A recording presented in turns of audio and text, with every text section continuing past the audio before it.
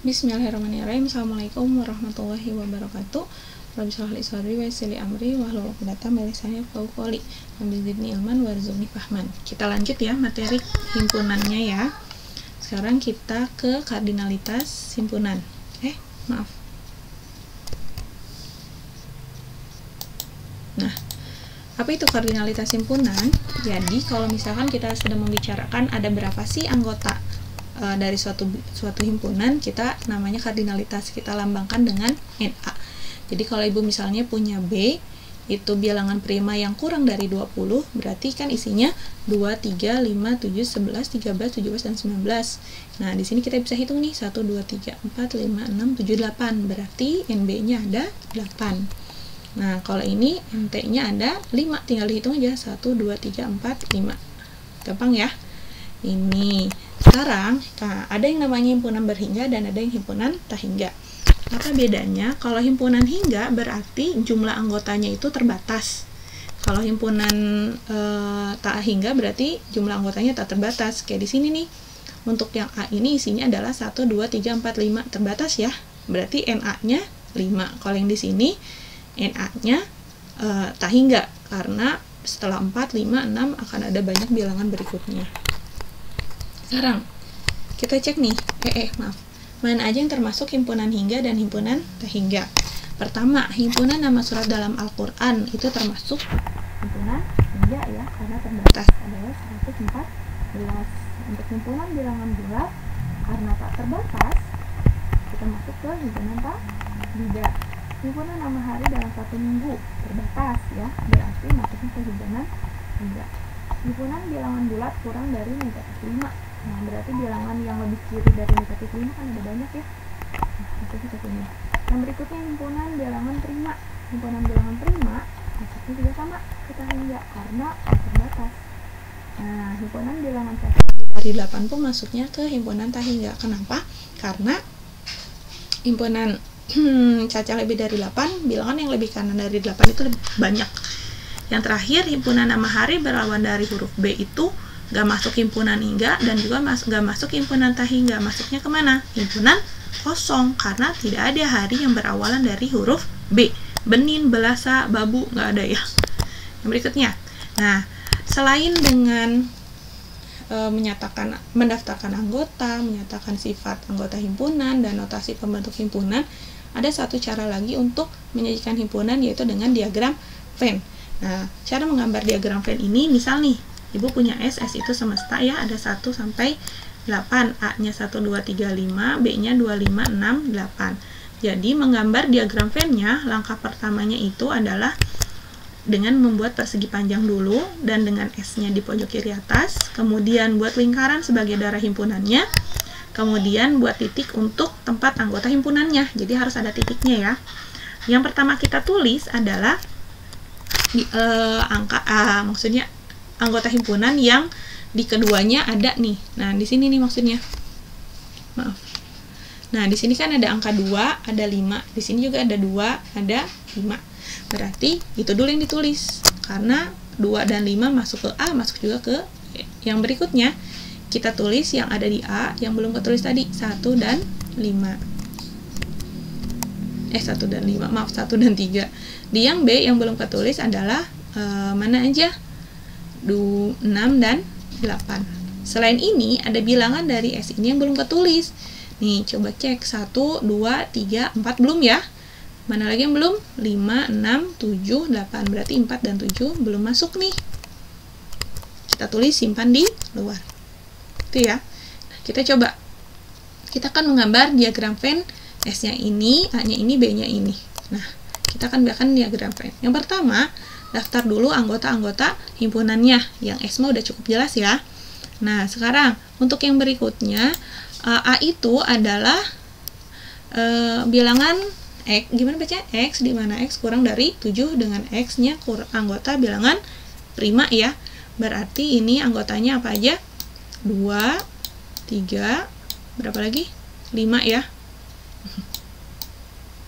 Nah, sekarang kalau yang B, anggotanya apa saja? Bilangan genap yang kurang dari bilangan genap yang kurang dari 8, berarti ada 2, ada 4, dan juga ada 6. Sip. Nah, di sini setelah ini langkah berikutnya adalah cari adakah yang sama anggotanya. Ada ya, di sini ada yang sama anggotanya. Mana? 2. Ini sama nih anggotanya.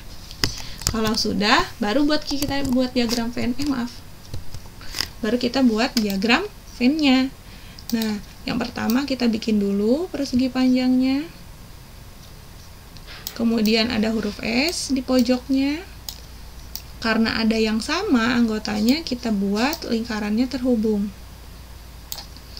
Di sini A, di sini B.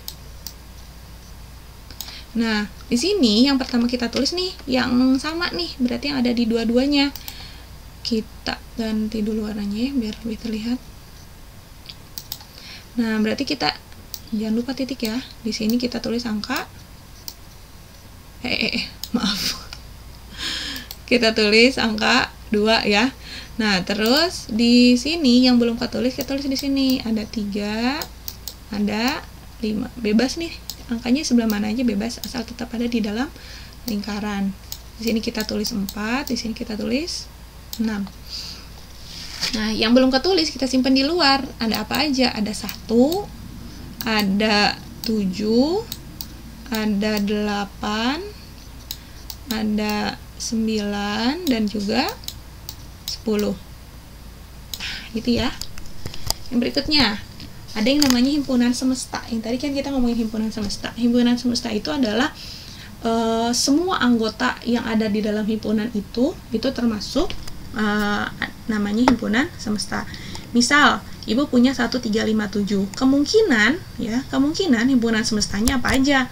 Bisa 1, 3, 5, 7, 9. Bisa juga himpunan 10 bilangan asli pertama. Bisa juga angka 1 sampai 100. Asalkan apa? Asalkan di dalamnya ada 1, 3, 5, 7. Asal ada yang ini termasuk himpunan semestanya. Gitu ya. Himpunan bilangan asli, terus himpunan bilangan dari 1 sampai 51. Pokoknya di dalamnya asal ada 1, 3, 5, 7. Yang berikutnya, ada yang namanya himpunan bagian. Himpunan bagian itu adalah suatu himpunan. Kalau misalnya jadi himpunan bagian, berarti anggota yang di dalamnya ada di himpunan yang lainnya. Maaf. Jadi misalkan kayak gini nih. Kayak di sini. Ini ada 1, 2, 3 nih di dalamnya. Di sini juga ada 1, 2, 3. Ini namanya berarti ini himpunan bagian dari yang ini gitu. Ini berarti pernyataannya benar. Dan ingat, semua himpunan kosong itu adalah himpunan bagian dari semua himpunan. Sekarang A, B, C, D, E nih di sini A, B, C, D, E juga. Harusnya benar ya, himpunan bagian, tapi ini malah dicoret. Berarti pernyataannya salah. Ini 2, 3, 5, 7, 11. Ini adalah himpunan bilangan prima katanya. Subset benar ya. Ini 0, 1, 2, 3 adalah bukan himpunan bagian dari bilangan cacah. Salah. Sekarang ini himpunan 0 adalah subset dari K. K-nya itu adalah 1. Benar ya, karena himpunan kosong adalah himpunan bagian untuk himpunan lainnya. Jadi kalau misalkan juga kalau Ibu punya misalnya